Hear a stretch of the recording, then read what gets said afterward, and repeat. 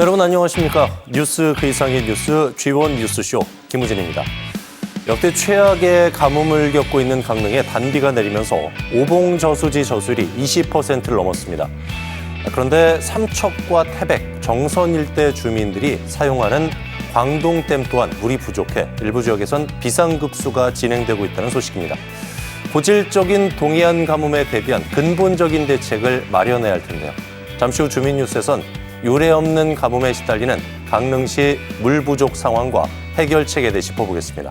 자, 그럼 한 주간의 주요 뉴스 속 현안을 빠르고 쉽게 짚어보는 G1 뉴스쇼 지금 시작하겠습니다.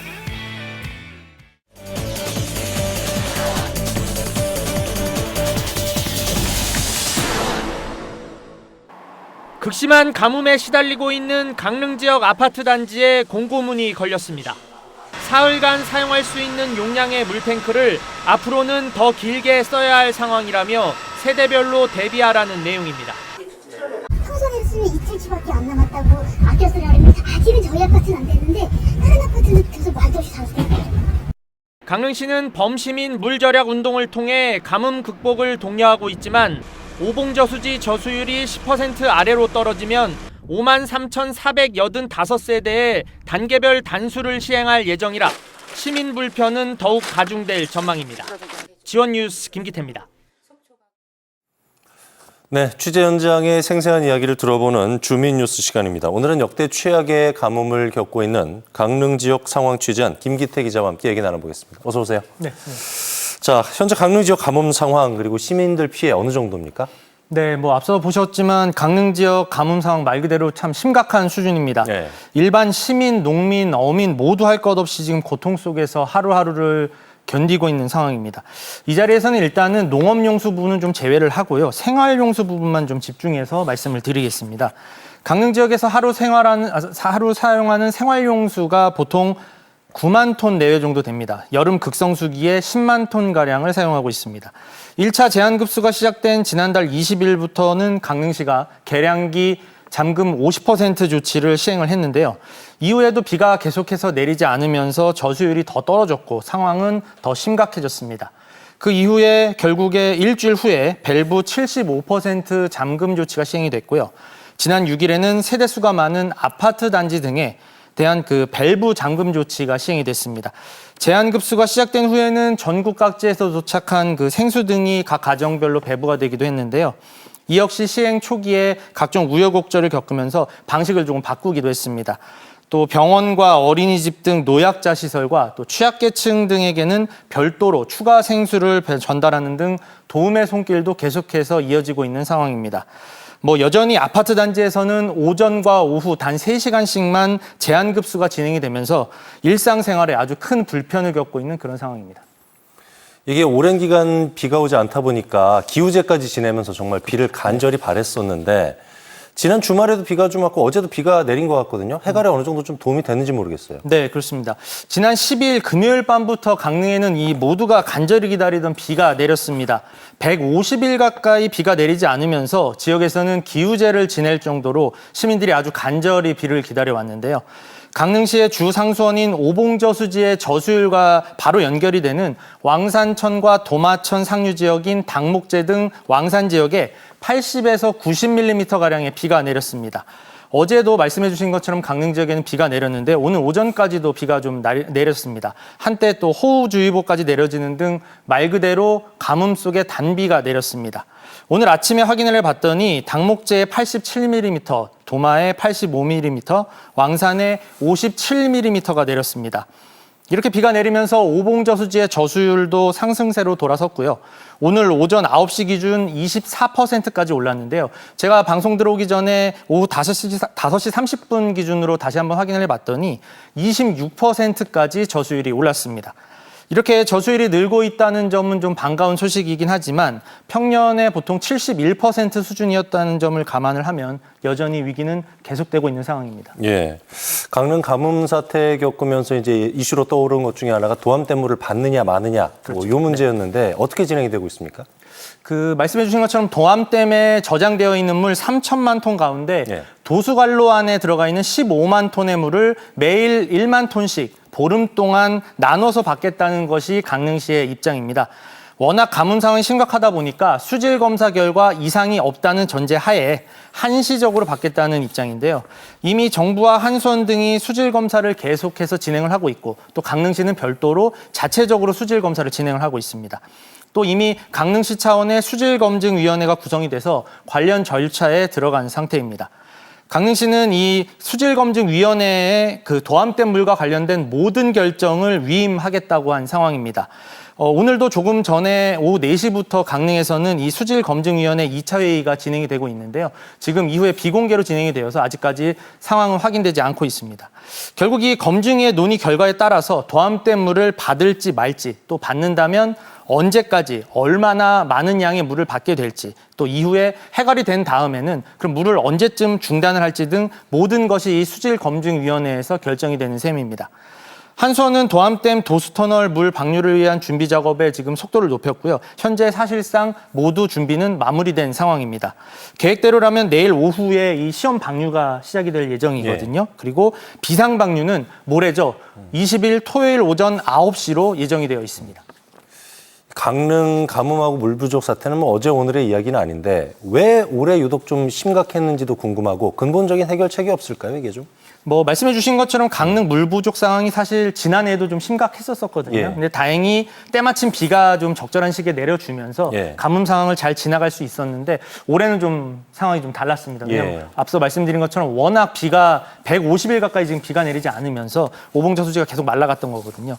비가 워낙 안 오다 보니 그처럼 상황이 심각했던 건데요. 여름 가뭄이 심각해지면 지역은 물론 또 정부 차원에서도 이제 중장기 대책이 좀 필요한 시기가 아니냐 이런 얘기가 나와서 공감대가 형성이 됐습니다. 우선 지역에서는 일단 그동안 흘려보내던 물을 좀 잘 모아서 생활용수로 활용을 하는 조치를 시행을 하고 있습니다. 남대천에 보를 쌓아서 현재 하루에 1만 톤씩을 정수장으로 지금 강제로 끌어올리는 중인데요. 당장 그리고 그 아래에는 또 다른 임시정수장을 지금 다시 조성을 하고 있거든요. 보를 더 하나 더 쌓아서 임시 취수장을 하나 더 만들어서 올 가을, 겨울 또 내년 봄까지 좀 대응을 한다는 계획입니다. 이곳에서 추가로 3만 톤을 지금 더 끌어올릴 계획이거든요. 이렇게 되면 하루에 4만 톤이 추가로 확보가 되는 셈입니다. 남대천 지하와 또 연곡천 지하에 속초에서 효과를 거둔 저류댐 많이들 아실 텐데요. 이 저류댐을 강릉에도 설치를 해서 물을 상시적으로 가두어 줄 수 있는 시스템 구축에도 나설 계획입니다. 또 이 모아둔 물을 계속 올리기만 한다고 해서 소용이 없으니까 이 물을 정수할 수 있는 시설도 정비를 하게 되는데 현재 홍제 정수장을 하루 12만 5천 톤까지 그리고 연곡 정수장은 최대 5만 톤까지 이 정수 시설을 늘려갈 계획입니다. 강릉시는 일단 정부의 도움을 받아서 노후관망에서 이렇게 줄줄 새는 이런 물들도 좀 모을 계획이고요. 하수 처리 후 방류되는 물도 다시 걸러서 농업용수로 활용하는 방안까지 지금 계획을 하고 있습니다. 근데 지금 말씀드린 내용들은 사실 다 모두 중장기 계획에 좀 포함이 되기 때문에 현재 단기 처방으로 가장 좋은 것은 큰 피해가 발생하지 않는다는 전제하에 많은 비가 내려서 오봉저수지의 저수율이 올라가고 그때까지는 시민들이 물절약 운동에 계속해서 동참을 하면서 좀 당분간은 좀 견뎌야 할 상황으로 보입니다. 그때까지 강릉 지역의 이 가뭄 상황이 좀 하루빨리 해소가 되길 간절히 바라보겠습니다. 그러게요. 추석도 얼마 안 남았는데 비다운 비가 좀 시원하게 내려서 가뭄 해결에 좀 도움이 됐으면 좋겠습니다. 지금까지 주민뉴스 김기태 기자와 얘기 나눠봤습니다. 말씀 잘 들었어요?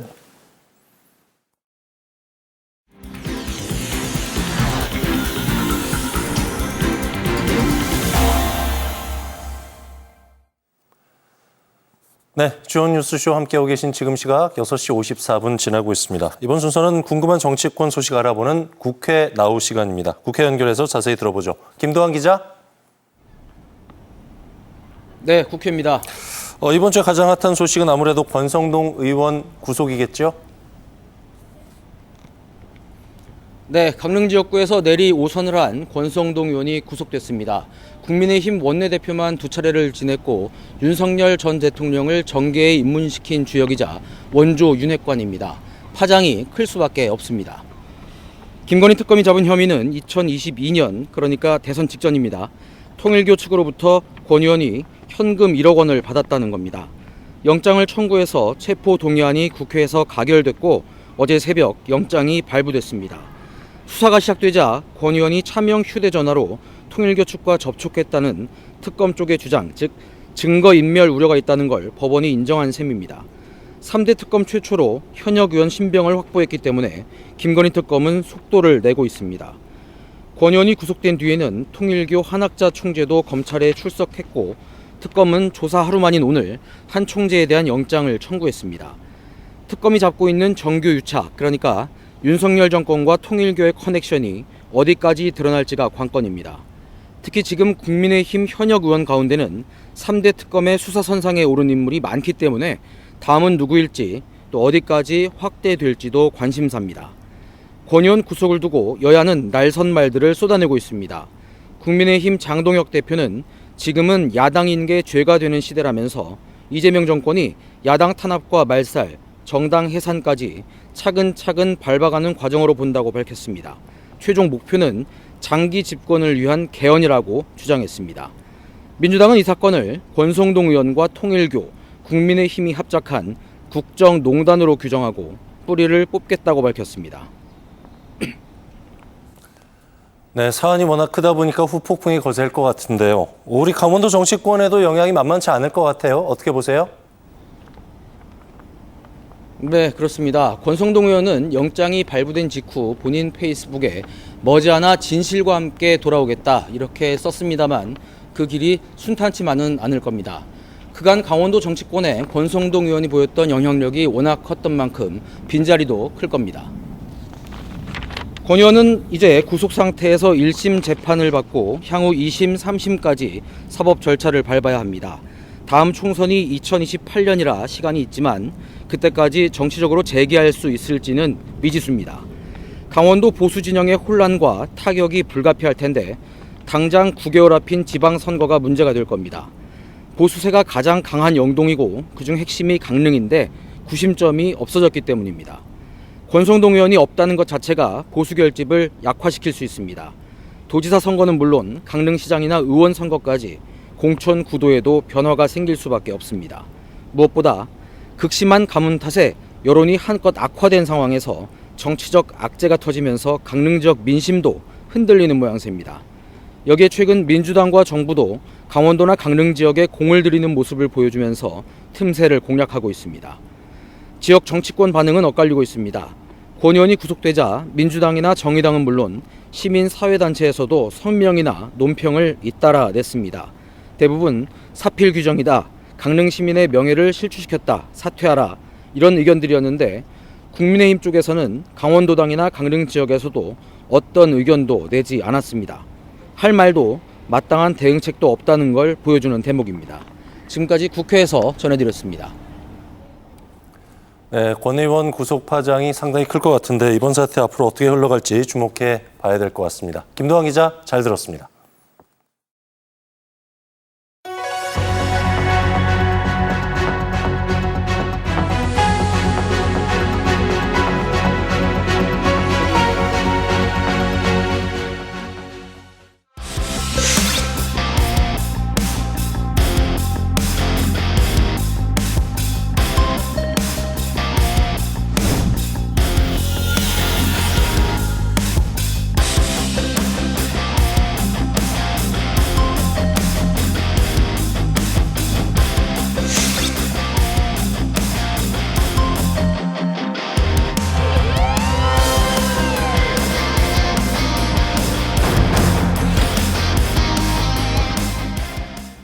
네, 계속해서 도내 주요 인사와 화제 인물 초대해서 얘기 나눠보는 이슈 토크 시간입니다. 새 정부 들어서 첫 정기국회가 지난 1일부터 100일간의 대장정에 돌입을 했습니다. 여야의 극한 대립 속에 강원도 관련 입법, 또 예산 등이 해결이 되려면 강원 정치권의 활약이 어느 때보다 중요한 시점인데요. 그래서 오늘 이슈 토크에선 4선 의원이자 국회 예산결산특별위원회 소속 한기호 국회의원과 함께 첫 정기국회 강원도의 미래는 이란 주제로 자세히 얘기 나눠보도록 하겠습니다. 안녕하십니까 의원님? 예, 안녕하십니까? 예, 오랜만에 뵙습니다. 안녕하세요. 뉴스쇼에는 첫 출연이신데 시청자 여러분께 먼저 인사 말씀 좀 해주세요. 춘천, 철원, 화천, 양구을 지역구의 한기호 국회의원입니다. 오래간만에 이 프로그램을 통해서 우리 도민들을 뵙게 돼서 반갑습니다. 열심히 우리 도가 잘 살기 위한 노력을 최선을 다해서 하겠습니다. 네, 감사합니다. 고맙습니다. 우선 강원 관련 주요 법안 중에 의원님이 송기현 의원과 공동 대표 발의한 강원특별법 3차 개정안의 연내 통과, 여기에 이제 관심이 모아지고 있거든요. 현재 추진 사항 좀 들어보고 싶습니다.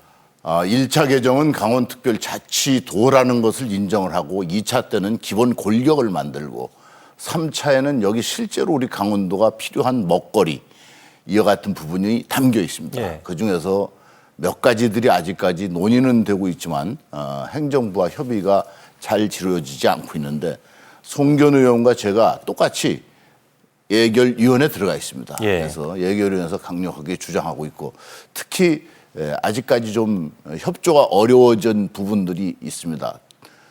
국제학교 설립, 이와 같은 부분들은 지금 영리법인이 아니면 비영리법인으로는 우리가 그래도 용납할 수 있겠다 하는 예. 대답을 들었습니다. 그래서 우리 강원도가 그럼 비영리법인으로 갈 것이냐 이걸 이제 의사결정을 해야 되고 이런 부분들이 이제 하나씩 해결이 되면 연내되지 않을까 네. 이렇게 생각합니다. 네. 정기국회 주요 과제 중 하나는 역시 예산 아닐까 하는 생각이 네. 들고요. 내년도 정부 예산안에 강원도 국비가 역대 최대 규모입니다. 10조 2,003억 원 반영이 됐습니다. 강원 정치권이 이제 이 예산을 지키고 혹은 더 확대하는 데 힘을 모아야 될 텐데요. 의원님께서 국회 예결위원으로서 도 예산 확보에 또 중차대한 역할을 맡고 계시지 않습니까? 앞으로 과제와 전망에 대해서도 좀 들어보고 싶어요. 다행히 그래도 우리 강원도에서 민주당에서도 우리 송기현 의원이 들어가 있고 저도 들어가 있기 때문에 또 송기현 의원도 다선 의원이고 그래서 둘이서 힘을 합치면은 일단 10조 2,300억이 포함되어 있는데 네. 2,003억 2,003억이요. 이 기본적으로 태워져 있는 것은 지킬 수 있습니다. 예. 근데 어떠한 곳에 지금까지 미처 챙기지 못한 것을 더 넣을 것이냐. 예. 이게 이제 저하고 우리 송 의원이 해야 될 일입니다. 그래서 지키는 것은 충분히 지킬 수 있다. 이렇게 먼저 말씀을 드리고 있습니다. 그렇군요. 지난달에 서울 춘천을 잇는 제2경춘국도 건설 사업 기재부의 적정성 심의를 최종적으로 통과했습니다. 지난 2019년도에 예비 타당성 조사 면제 이후에 이게 사업비 문제 때문에 네. 첫 삽도 못 두고 있었던 사업인데 제2경춘국도 사업의 재추진을 의원님께서 이끌어 주셨거든요. 제2경춘국도 건설 사업이 사실상 확정이 되면서 춘천의 미래가 확 바뀔 것이다. 이런 전망이 나오는데 어떻게 보고 계세요? 제가 오늘도 국회에 본회의가 있어서 대정부 질문에서 참가를 했다가 오는데 예. 항상 올 때마다 교통의 어려움을 겪고 있습니다. 국도가 좀 더 발전돼 있다면 이렇게까지 막히지 않는데 예. 휴일날은 정말 힘듭니다. 그렇죠. 다니기가. 그래서 제2경춘국도가 된다면 훨씬 더 우리 강원 북부권은 아주 교통에 많은 문제가 해소될 수 있습니다. 이걸 위해서 지금까지 예타를 지난번 문재인 정부 때 면제를 했습니다. 그런데 이것을 진행하는 과정에서 타당성이 또 적합성이 있느냐 이래서 많은 시간을 또 소비했습니다. 예. 그래서 이제는 하는 것으로 됐으니까 내년도 예산을 태워서 가는 게 이제 우리 국회의원들이 해야 될 일입니다. 백마고 지역의 열차 운행이 6년째 중단돼 있었죠. 예. 최근에 철원군과 코레일 등이 열차 운행 재개 합의하면서 기대가 커지고 있습니다. 의원님, 열차가 다시 달리기까지 해결해야 할 과제 뭘로 보고 계신지요? 처음에 연결해서 PSO로 거기에 따른 이제 격지의 교통 불편한 거에 대한 국고 보조를 포함시켰기 때문에 일단은 내년도 후반기가 되면 열차가 운행이 될 겁니다. 예. 그리고 이것이 된 다음에는 앞으로 전철화 하는 사업을 또 해야 됩니다. 이래서 실제로 수도권에서 철원까지 오는 전철이 연결될 수 있도록 만들면 아마 철원도 획기적으로 변하지 않을까 이렇게 생각합니다. 예. 오늘 20일부터 2차 민생회복 소비 쿠폰 지급이 시작이 됩니다. 1차 지급 당시에는 이게 군 장병들이 복무하는 곳 인근에서는 이게 사용이 좀 어려워서 문제가 됐었는데 의원님께서 정부와 강원도에 군 복무지에서도 소비 쿠폰 쓸 수 있게끔 요청을 하셨어요. 그래서 2차 지급 때부터는 현역 군인들이 그러니까 자기가 복무하는 곳 근처에서 이걸 쓸 수 있게 된 거죠? 처음에는 군인들도 주민등록은 본래 자기가 입대하기 전 지역에 예. 고향에 있으니까 예. 글로 주는 걸로 해서 문제가 있다고 건의를 했는데 행안부가 검토하면서 사실은 실무선에서 거부를 했습니다. 예. 그래서 도지사님한테 다시 말씀을 드려서 도지사가 대통령하고 간담회 있는 자리에서 직접 대통령한테 또 건의를 드렸습니다. 예. 이래서 전향적으로 검토를 해서 이번 2차에는 지역에서 쓸 수 있도록 만들었습니다. 끝으로 이슈 토크에서는 초대 손님이 선곡한 음악을 들으면서 마무리하는 시간입니다. 이슈 토크 히트송 시간인데요. 오늘의 주제가 의원님 첫 정기국회 강원도의 미래는 이었습니다. 어떤 곡을 선곡을 좀 하셨습니까, 오늘? 그래도 제가 이제 우리 강원도가 전국에서 가장 교통이 안 좋기 때문에 예. 띠띠빵빵이 어떻습니까? 띠띠빵빵 지금 흐르고 있는데 예. 사통팔달, 예. 교통이 잘 발달하는. 예. 그래서 저는 우리 지역이 앞으로 교통이 정말 띠띠빵빵 띠띠빵빵 막 다닐 수 있도록 예. 확 트였으면 좋겠다. 예. 그래서 이거를 좀 선정했습니다. 예, 저희 경충국도 원설도 그렇고 우리가 교통망이 좀 빨리 확충이 돼야 더 좋은 강원도, 더 나은 강원도가 될 테니까. 선곡이 굉장히 독특하면서도 마음에 딱 와닿는데 띠띠빵빵. 고맙습니다. 새 정부 출범 후에 처음 열리는 정기국회에서 여야 간의 소통과 협치를 통해서 민생위기 극복 또 지역 현안 추진이 이루어지기를 바랍니다. 그 선봉에 일 잘하는 우리 찐 해결사 한기호 의원님의 활약도 한번 기대를 해보도록 하겠습니다. 의원님 오늘 바쁘신데 말씀 고맙습니다. 고맙습니다. 감사합니다. 강원도에 살고 있지 않아도 도민들과 같은 혜택을 누릴 수 있다는 사실 알고 계십니까? 바로 강원생활도민증. 생활 인구를 늘리기 위한 핵심 정책으로 강원도 외 지역 거주자라면 누구나 쉽고 빠르게 발급받을 수 있습니다. 출시 한 달 만에 5,000명 돌파, 현재 12,000여 명을 넘어섰는데요. 시행 초기인 지금 얼마나 알려져 있을까요? 직접 들어본 적은 없고 다른 지역에서 뭐 비슷한 경우로 그게 들어본 적은 있는 것 같아요. 아니요, 없습니다. 있으면 좋지 않을까요? 우리 지금 김해도 그런 게 있기는 한데 강원도에 대해서는 아직까지 잘 몰라가지고 다른 지역에서 왔을 때 그 할인을 받을 수 있으니까 뭐 관광 그 활성화 차원이나 이런 부분에서 되게 좋은 아이디어인 것 같아요. 좋네요. 할인 받을 수 있으면 좋죠. 지역에 그게 도민증 그게 있으면 활용하기도 좋고 뭐 그에 대한 또 우대를 해주니까 좋은 거라고 생각하죠. 강원생활도민증은 누리집 회원 가입 후 발급 신청서를 작성한 뒤 생활도민증을 받아야 하는 다른 지자체와는 달리 누리집에서 회원 가입만 하면 자동으로 발급되는 간단한 과정이 큰 장점인데요. 사용 방법 또한 편리합니다. 강원생활도민증은 강원도가 주소가 아니어도 강원도에서 생활하거나 자주 방문하는 분들이 주소 이전 없이도 강원도와 연결될 수 있는 모바일 회원증입니다. 강원생활도민증은 두 가지 측면의 효과를 기대하고 있습니다. 단순히 스쳐 지나가는 방문이 아니라 강원도와 계속 연결되고 소속감을 느끼는 계기가 될 것입니다. 또 하나는 경제입니다. 생활도민의 재방문과 장기 체류를 통해 지역 소상공인의 매출이 늘고 경제 활성화와 장기적인 인구 유입에도 도움이 될 것으로 기대합니다. 숙박 레저 음식점 등 다양한 업종에 참여해 제휴처는 시행 초기 153개소에 비해 현재 205개소로 불과 3개월 만에 50% 이상 확대됐는데요. 그분들한테 설명을 드리면 그분들이 이게 뭐라고 이 리플렛을 보고 회원가입을 하시고 찾아보신 다음에 저희한테 보여주시고 그 빵 하나를 선물처럼 받아가십니다. 처음에는 5분, 6분 정도 그렇게 제가 응대를 하고 빵을 하나 더 드리곤 했는데 지금은 한 10명, 15명. 한편 현장에선 제도 이용에 불편한 부분과 홍보 부족 등의 아쉬움이 나오고 있습니다.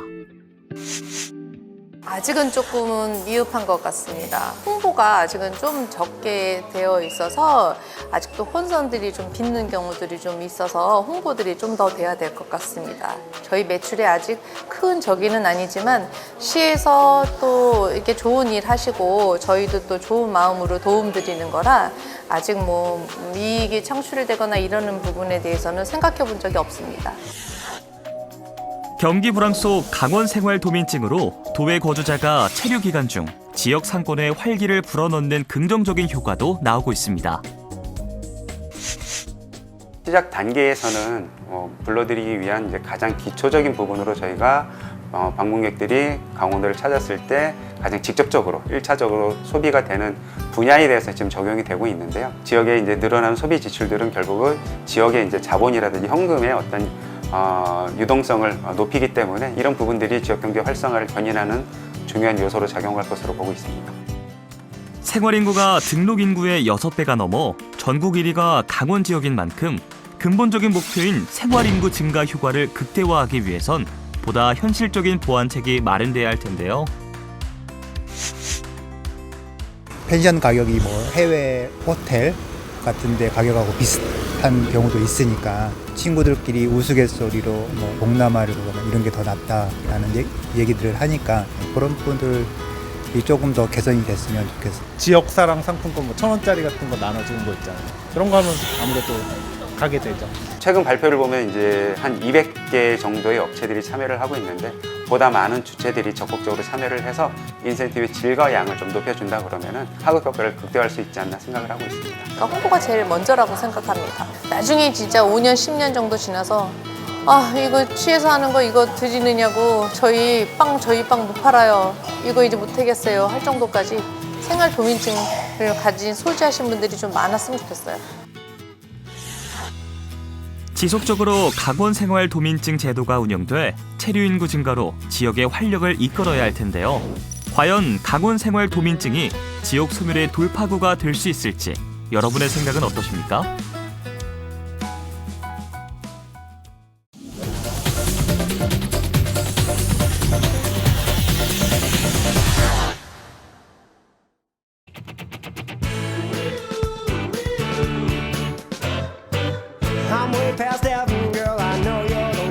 네, 한 주간 있었던 가장 핫한 이슈를 골라서 탈탈 털어드리는 시사 토크 보이는 라디오 좌우지간에 오신 여러분 환영합니다. 진보 보수를 대표하는 여야 정치 고수들의 썰 전쟁 좌우지간 오늘 함께하실 분들 소개해드리죠. 강원 중원의 젊은 피 윤민섭 의원, 강대규 변호사입니다. 어서 오십시오. 네, 반갑습니다. 오랜만에 뵙습니다. 진짜 오랜만에 만나네요. 네, 그죠? 맞습니다. 네. 너무 뵙고 싶었어요. 저희가 못 만난 사이에 정치권에는 참으로 한 1년 된 것 같아요. 네. 기간이. 체감상. 네. 네. 한 3개월 정도? 그렇죠. 네. 두세 달밖에 안 됐는데 한 1년 넘게 지난 것처럼 시간이 너무 많은 일들이 있었던 것 같습니다. 네. 정치권에 참으로 다양한 일들, 그렇죠. 네, 여러 가지 이슈들이 있었는데 새 정부 출범 이후에 처음으로 이재명 대통령 주재하에 손잡았던 여야가 하루 만에 다시 멀어졌고요. 최근에는 사법개혁 둘러싼 갈등으로 대치 국면으로 치닫고 있습니다. 그래서 오늘 좌우지간에서는 대치 전국, 협치는 언제쯤? 이란 주제로 자세히 얘기 나눠보도록 하겠습니다. 이재명 대통령이 지난 11일에 취임 100일 맞았는데 두 분은 100점 만점에 몇 점 주고 싶으세요, 윤 의원님? 네, 일단 85점. 네, 85점. 굉장히 높죠. 네. 네, 일단 허니문 기간이니까 일단 높은 데서 시작해보자. 이런 취지도 있고요. 일단 높게 이렇게 평가한 거는 일단 국민들이나 특히나 이제 야당과에도 이제 협치하려고 하는 모습들이 좀 많이 보였던 것 같아요. 그런 부분들 때문에 이제 점수를 좀 굉장히 좀 높게 준 부분들이 있고요. 근데 이제 감점 요인 같은 경우에는 예를 들면 이제 부동산 문제나 그리고 대주주 양도세 기준이 좀 후퇴한 부분들 그리고 이제 기후나 생태 환경 이런 문제에 대해서는 지난 정권과 별 차이가 없다. 좀 이런 부분들이 있어서 좀 감점 요인이 있었는데요. 제가 이제 이런 거 찾다가 좀 재미난 여론조사 결과를 하나 봤는데 이제 100일 되니까 학점으로 좀 이렇게 여론조사를 한 게 있더라고요. 근데 A 학점이 46.9%고 F 학점이 28%예요. 근데 B나 C, D는 다 7, 8%밖에 안 되는 거예요. 그러니까 잘 주거나 못 주거나 이렇게 극단으로 좀 갈리는 그런 평가들이 있더라고요. 그래서 이 대한민국 정치가 아직도 이렇게 양극단으로 좀 많이 나뉘어져 있고 갈려져 있구나. 좀 이런 생각이 좀 많이 드는 그런 생각이 좀 있었습니다. 강 변호사님은 몇 점 주고 싶으세요? 저는 높게 쳐줘서 41점을 드리겠습니다. 높게 해서 41점이요. 네. 이 41이라는 숫자는 그 김문수 후보가 당시의 득표율이거든요. 그러니까 이재명 국정이 국정 운영을 할 때 상대 진영에 대해서도 좀 배려를 하라는 의미에서 41점을 드리고 그나마 41점을 드린 이유 중에 하나가 아까 윤민섭 그 의원이 말씀하신 것처럼 여야 협치를 오늘 주제니까 말씀드리자면 악수를 하지 않겠다는 정청래 대표를 불러가지고 장동혁 대표랑 악수를 하게 했습니다. 그리고 장동혁 대표랑 비공개 회담도 단둘이 영수회담을 가졌고요. 그런 점에서는 다 포함해서 41점을 드리겠습니다. 협치의 모습은 어쨌든 좀 보였다. 네. 41점 빼고 59점 정도 줘야 되는 거 아닙니까? 아닙니다. 아니에요? 이 대통령 취임 100일 잘한 점도 있을 거고 또 아쉬운 부분도 있을 것 같은데 성과 과제에 대해서 좀 짚어보죠. 강 변호사님. 아마 100일이니까 공약 이행도 같은 거를 평가하기 힘들고요.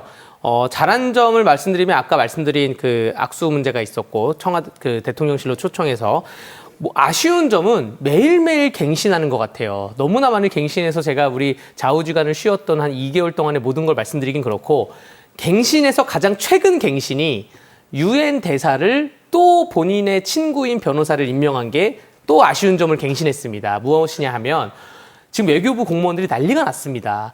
만약에 역대 대통령들이 본인의 그 지인에 대해서 대사로 임명한 적이 있어요. 뭐 멀리 있는 뭐 남미에 있는 나라나 뭐 유럽은 네덜란드나 뭐 아르헨티나 임명한 경우는 있는데 유엔 대사는 그런 자리가 아니거든요. 유엔 대사는 200여 개국에 있는 유엔 가입국들하고 시도 때도 없이 그 국제 정세에 대해서 토론하고 외교 전문가가 가야 되는데 그것을 본인의 친구인 사법연수원 동기인 변호사, 민변 출신의 변호사를 보냈다.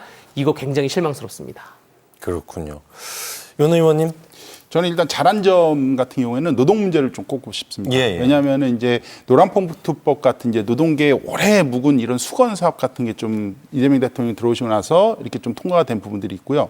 그리고 요즘에도 이제 중대재해가 계속 일어나고 있는데 이 부분들 대통령에게 직보해라. 좀 이런 메시지를 내면서 노동 문제에 대해서는 좀 괜찮게 하지 않았나 이런 생각이 좀 많이 들었었고요. 그리고 특히나 이제 이 얼마 전 소식인 것 같은데 지금 이제 5월 1일이 근로자의 날이라고 돼 있어요. 근데 이거를 국회에서도 지금 법안 소위까지도 통과된 걸로 알고 있는데 노동절로 좀 바꾸겠다. 뭐 이런 정책들도 좀 과감하게 추진하는 것 같아요. 왜냐하면 이제 근로라는 개념은 그냥 열심히 일한다는 뜻이고 이건 사용자 측에서 이렇게 하는 그런 언어이기 때문에 노동자성을 강조하는 그런 정책에 대해서는 좀 돋보였다는 생각이 들고요.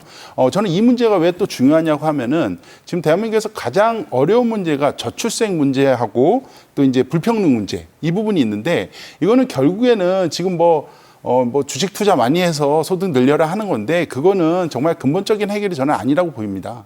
기본적으로는 노동에서 진짜 대한민국 국민들이 열심히 일해가지고 먹고 살만한 나라 그게 가장 중요한 가치이기 때문에 그런 노동 문제를 잘 풀어나가야 되는 부분들이 좀 그래도 초반기에 잘 하고 있다 좀 이렇게 보고 있고요.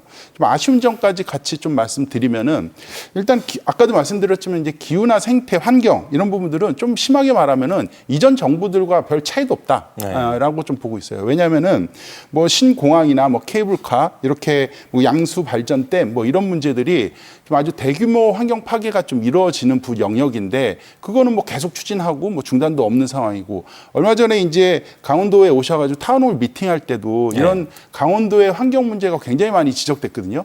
근데 이재명 대통령의 가장 주특기가 공격적인 행정. 뭐가 안 돼? 그럼 바로 해결해. 이런 모습들이 국민들의 마음을 좀 끌었었는데 유독 환경 문제만 나오면 나중에 보고 받겠습니다. 이건 저도 못하겠는데요. 이런 포지션을 취하는 게 좀 많이 아쉬웠다. 좀 이렇게 보고 있습니다. 네. 사실 노란봉투법 관련된 문제는 국회에서 통과된 거기 때문에 제가 언급을 굳이 안 하려고 했는데 가장 잘한 점으로 꼽으시니까 저는 그걸 가장 못한 점으로 꼽고 있거든요. 그렇지 않습니다. 노란봉투법에 있는 조항이 많은 국민들께서 노조가 어떠한 회사 기물을 파손했을 때 노동운동을 하다가 그럴 때 회사가 손해배상 청구를 못하게 한다. 이 내용만 알고 계시는데 가장 중요한 골자가 경영진이 경영 이외의 판단과 경영 이외의 행위를 가지고도 노동조합이 노조활동을 할 수 있다. 이런 얘기예요. 예를 들어서 뭐 회장이나 오너 일가나 관련된 사람들이 경영 말고 다른 사회적 그 무리를 발생할 수도 있잖아요. 그럴 때도 파업을 할 수 있다. 그 조항이 들어가 있습니다. 그 파업도 허용한다고 들어가 있고 이 노동봉투법이 결국 통과가 됐지만 통과를 하기에 며칠 앞둬서 EU, 유럽연합에 있는 상공회의소 회장이 한국에서 유럽 기업들은 다 철수를 할 수도 있다까지 발표를 할 정도로 굉장히 전 세계에서 유례가 없고 주목하고 있는 그런 법률이라고 말씀드리겠습니다. 다만 실제 그렇게 철수하지도 않을 것 같고요. 일단은 철수한다고 그거는 모르죠.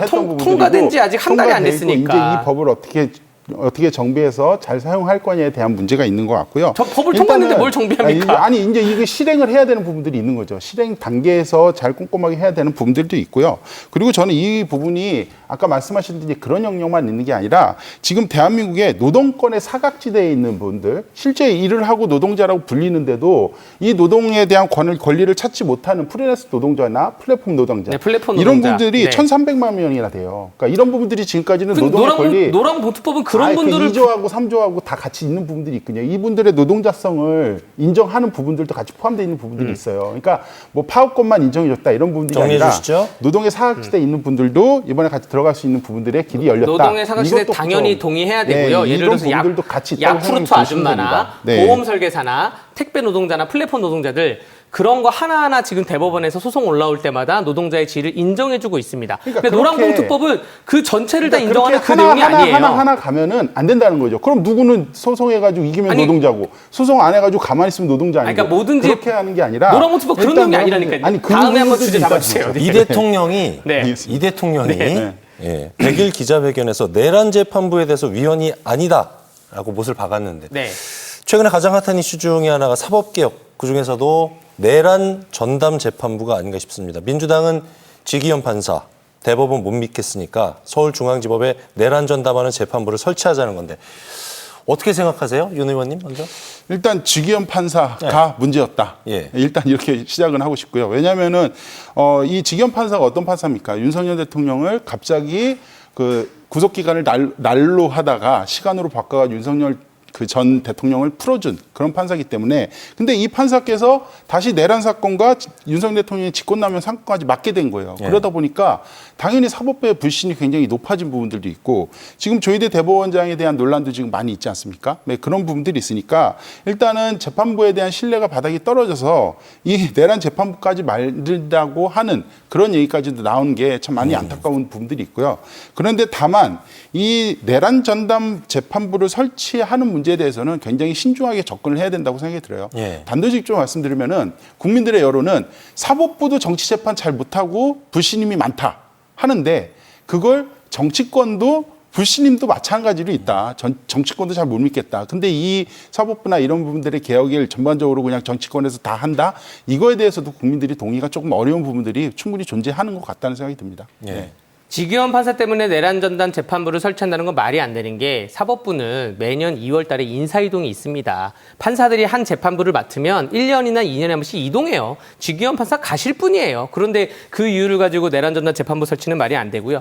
내란 전담 재판부 설치는 사법 개혁이 아닙니다. 왜냐하면 사법 개혁이라는 그러한 과제는 2000년대 초반부터 우리나라가 조금씩 해오고 있었는데 계엄 직전부터 해오던 게 연장선상이 사법개혁이지 계엄 때문에 특정해서 무슨 일을 한다? 이건 사법개혁이라고 볼 수가 없는 것이고요. 몽키스테가 1740년대경에 법의 철학이라는 책에서 삼권분립을 완성했습니다. 그게 1770년대에 미국이 건국되면서 미국 헌법에 들어가면서 전 세계에 그 정신이 퍼지면서 사법, 입법, 행정부가 함께 가는 건데 제가 이 내란 전담 재판부를 입법부에서 설치한다 그랬을 때 전 세계 어느 서적을 살펴봐도 입법부가 사법부를 창설한다? 이런 얘기는 없어요. 이게 만약에 말이 된다면 나중에 대통령 선거도 입법부가 특별행정부 만들겠다. 이 얘기도 될 수가 있습니다. 또 내란 전담 재판부라는 게 이미 중앙지방법원 홈페이지에 들어가잖아요. 예전에 전두환 노태우 재판했잖아요. 통진당에서 한 이석기 재판도 했고 내란 재판했고 중앙지방법원 홈페이지 들어가면 각 부처마다 전담하는 사건이 있습니다. 선거 전담, 교통 전담, 뭐 성폭행 전담, 내란 전담 다 있어요. 그게 해당하는 판사가 지기현 판사일 뿐이었던 거예요. 내년에 인사이동을 하겠죠. 이런 걸 다 종합적으로 봤을 때 이거는 그냥 헌법 104조 3항 위반인 위헌일 뿐이 그러한 법이다라고 생각됩니다. 근데 이게 위헌이다라고 말씀하셨는데 저도 궁금한 게 있는 것 같아요. 그러니까 가정법원이나 행정법원 같이 따로 이게 별도로 존재하는 부분들도 있잖아요. 그래가지고 이게 저도 이제 이 정치 사건에 대해서 뭐 사법부 신뢰가 떨어지는데 그걸 또 정치권에서 좌지우지하는 게 맞냐에 대한 논란에는 공감이 돼요. 근데 일단 이게 위헌이냐 아니냐 이 부분에 대해서는 만들 수도 있지 않나 하는 부분들에 대해서는 공감이 좀 되는 제가 정확히 설명드릴게요. 지금 내란 전담 재판부, 내란 특별 재판부가 올라온 이유가 박찬대 원내대표 당시에 내란 후속 특별조치법으로 나온 법에 중에 그 16조, 17조, 18조가 저 전담부입니다. 내용이 어떻게 돼 있냐면 재판부 9명을 구성하는데 9명을 누가 추천하냐? 대법원장이 3명 추천하고 나머지 6명에 대해서는 민주당과 조국혁신당이 추천하도록 되어 있어요. 법의 해석이 어떻게 돼 있냐면 교섭단체 중에 가장 큰 교섭단체와 그 다음 교섭단체가 추천한다. 단 무슨 내란에 관련돼 있는 정당은 추천 못한다. 이렇게 되어 있어요. 그래서 입법부가 창설한다고 말씀드린 거고, 가정법원하고 행정법원은 법원을 설치한 거지 재판부를 설치한 게 아닙니다. 만약에 가정법원에다가 대기업 이혼 사건 특별재판부 설치해. 무슨 회생법원에다가 무슨 대기업 파산한데 그 특별재판부 설치해. 이런 건 다 위헌인 거예요. 춘천지방법원에서 춘천지방법원이나 가정법원이나 행정법원이나 똑같이 법원의 각급에 관한 법률에 있는 법원이고요. 지금 재판부를 설치한다잖아요. 만약에 내란에 대해서 혹은 아니면 국가적인 국가 공무원 사태에 대해서는 특별법원을 설치하자. 법원 자체를 설치하는 거는 상관이 없습니다. 근데 재판부를 설치하고 그 재판을 민주당과 조국혁신당이 추천하는 판사로 앉혀놓는다? 이게 무슨 재판부입니까? 상권분립에 완전 위반되는 거죠. 추천에 대한 부분들은 좀 네. 걷어내야 하는 부분들이 필요하다고 생각이 들어요. 근데 어쨌든 이 재판부를 따로 설치하는 부분들에 대해서는 좀 열려놓고 생각해도 되지 않나? 그리고 이런 부분들이 좀 정확한 있는 것 것은 같아요. 헌법에 의하면 법관들은 대법원장이 임명하도록 되어 있습니다. 이게 각 사법부는 독립돼 있다라는 것이고요. 그럼 제가 마지막 하나 말씀드릴게요. 저거 왜 하냐? 내년 2월에 대장동, 백현동, 성남FC, 위중교사, 공직선거법 재판 이 재판부도 인사이동이 있어요. 인사이동이 있는데 지금 사법부를 왜 공격하고 나경원 의원의 법사위 간사를 왜 막냐? 사법부를 완전히 장악해가지고 내년에 재판부 대통령 재판에 변론 제기를 할 수가 있는데 그걸 못하게 하려고 하는 겁니다. 예.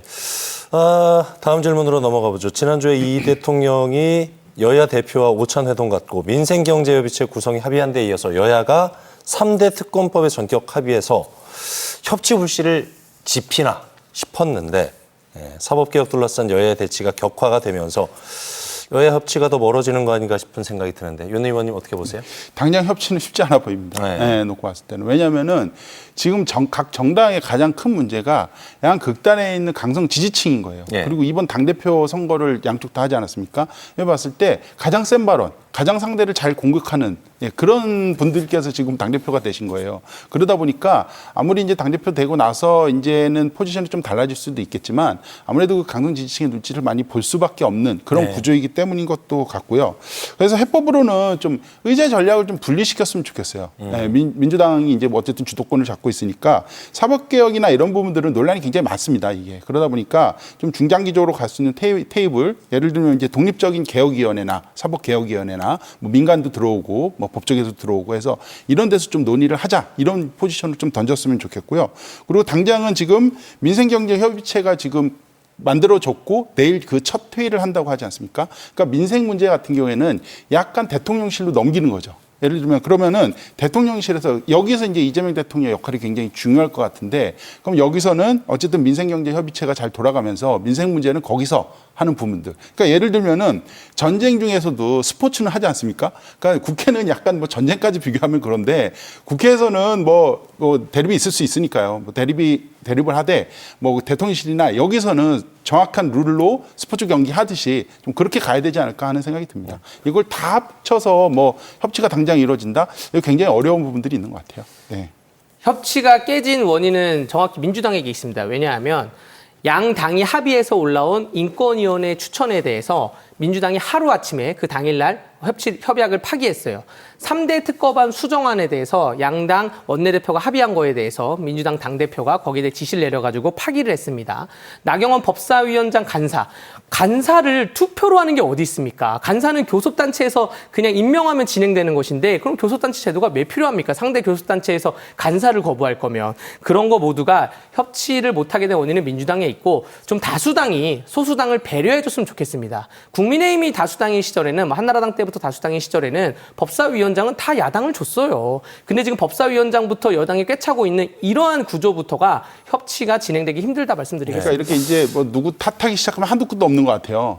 근데 지금은 탓할 수도 있죠. 근데 그러면은 그럼에도 불구하고 지금 민생이나 이런 분들이 안 좋으니까 이건 어디서 풀 거냐 하는 부분들에 대해서는 좀 가져가야 된다 생각이 듭니다. 네. 자, 20대 대선 당시에 통일교로부터 불법 정치자금을 받은 혐의를 받는 권성동 의원 구속이 됐습니다. 특검 수사 역사상 현역 국회의원이 구속된 건 이번이 처음인데요. 강원도 최다선 의원 아니겠습니까? 5선에 권의원 구속, 야권이나 지역에 미칠 폭풍이고 상당할 것 같은데 윤 의원님 어떻게 보고 계세요? 일단 이렇게 정리를 한번 하고 싶은데요. 성찰하고 반성하지 않는 정치 세력의 결말이라고 좀 보고 있습니다. 왜냐하면은 지금 권성동 의원 같은 경우에는 어쨌든 윤석열 대통령을 만들었다고 해도 과언이 아닐 정도의 역할을 크게 했었어요. 뭐 친윤의 맏형격이었죠.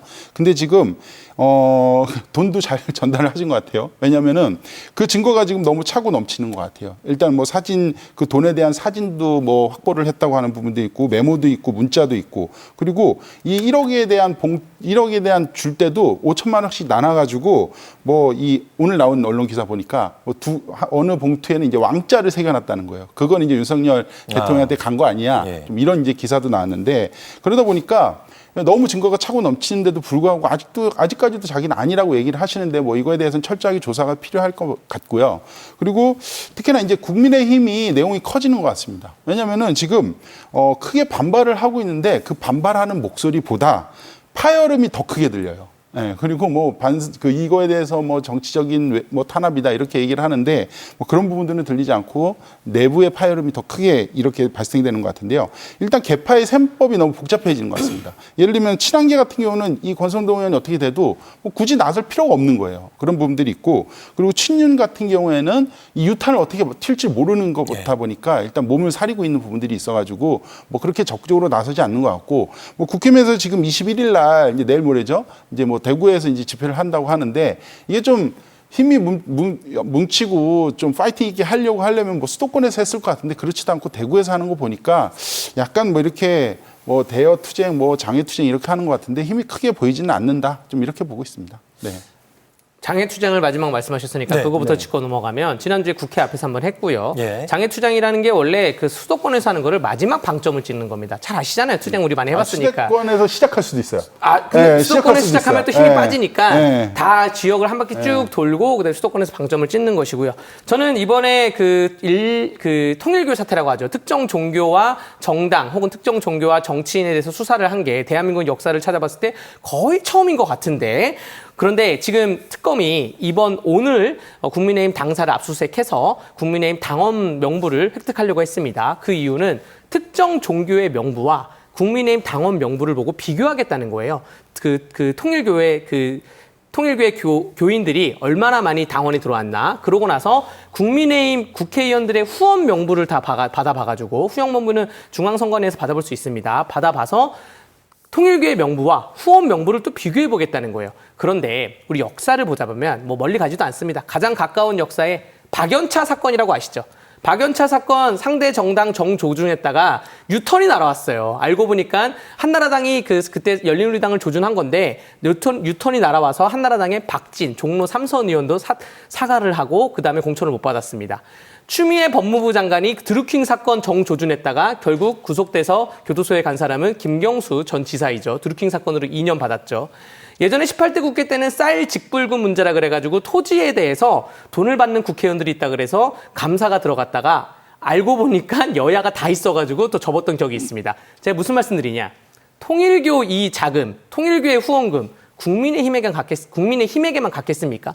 민주당 의원들이 국민의힘의 의원보다 지금 산술적으로 하면 의원 수가 한 2배 정도 되는데, 조사를 하려면 다 조사를 해서 아예 뿌리를 뽑던가 생각이 하나 들고요. 두 번째는 통일교의 교인들이 한두 명씩 후원을 하거나 한두 명씩 정당에 가입한 것 자체가 불법은 아닙니다. 뭔가의 대가가 있어야 되는데, 지금 이재명 대통령도 쌍방울 쪼개기 후원으로 수사를 받다가 대통령이 돼서 기소가 안 됐어요. 쌍방울 김성태 회장이 재판에 나와가지고 나한테 몇 억씩 우리 직원들한테 100만 원씩 해서 쪼개기 갖고 갔잖아요. 라는 증거까지 나왔습니다. 본인 스스로를 좀 되돌아봤으면 좋겠다 하는 그런 말씀을 드리는 겁니다. 이 대통령 취임 100일 다음 날 가졌던 강원 타운홀 미팅 얘기도 좀 해봐야 될 것 같아요. 이 자리에서 대통령이 김진태 지사의 발언을 제지한 것을 두고 국민의힘이 관권 선거라고 비판을 하니까 대통령실이 반박하는 논란이 일었습니다. 강 변호사님 어떻게 보셨어요? 일단은 이 당시에 제가 현장에 있었습니다. 네. 현장에 있었는데 제가 보기에는 안기령 사회자가 지목한 사람이 민주노총 그 시 지부장, 또 전교조 시 지부장 이런 분들만 지목을 해요. 그러면서 여러분들 논란이 되었던 이재명 여권에 그렇게 우호적이지 않아요? 여러분들 논란이 네. 되었던 그러한 도서관 문제, 그 삼척에 있는 특정 진보 교사 단체의 교사를 지목을 해서 그 사람이 질문하고, 근데 이재명 대통령이 답변을 못 해요. 그런 일이 있습니까? 그래서 옆에 도지사가 공부를 많이 했습니다. 그 18개 시군의 지역 공부를 많이 해가지고 도민들이 물어봤을 때 대통령이 답을 못하면 대신 답하려고 공부를 했는데, 아, 그건 제가 답하겠습니다 하니까 조용하세요. 그럼 왜 불렀습니까? 그럼 도지사를 왜 앉혀놨어요? 그냥 뭐 꼭두가시로 앉혀놓은 겁니까? 그러면서 답변을 누가 했냐? 더불어민주당 삼척동의 위원장이 답변을 했어요. 지역위원장이. 그러면서 그분이 발언 시간을 제일 많이 가져갑니다. 이게 무슨 도민과의 대화고 무슨 타운홀 미팅입니까? 너무나 제가 현장에 있어서 드리는 말씀이에요. 너무나 황당했더라고요. 앞으로 대통령실께서는 이제 또 돌 거 아니에요. 부산에도 비슷한 일이 있었다 그러더라고요. 아니 돌 때는 그 내용을 잘 아는 뭐 김진태 도지사나 육동안 시장이나 삼척이면 박상수 시장이나 그 지역에 있는 아니면 관계 공무원이나 앉혀놓고 대통령은 듣고 잘 모르면 답변을 하도록 넘겨줘야지 시민들의 이 그 질문에 대한 궁금증이 해소되지 아무런 의미가 없는 그냥 1시간 정도의 뭐라 그러죠? 타운홀 미팅이라고 볼 수는 없었다. 그런 자리였다고 저는 생각이 됩니다. 윤 의원님. 저는 이게 많이 기억하시는 게 제가 간단하게 이게 김진태 지사 말하니까 이제 아니요 이렇게 단칼에 거절을 하지 않습니까? 근데 그 전에 김진태 지사께서 손들고 그러니까 그 방식이 대통령께서 지목하는 이런 방식이었잖아요. 뭐 사회자가 지목하는데 지목도 받지 않았는데 마이크를 가지고 제가 좋은 말 좀 하려고 했는데 거기서는 이재명 대통령께서 아이 지사님 다음에 하시고 좀 마이크 뭐 시민들에게 줍시다 이렇게 말을 했어요. 근데 또 한 거예요.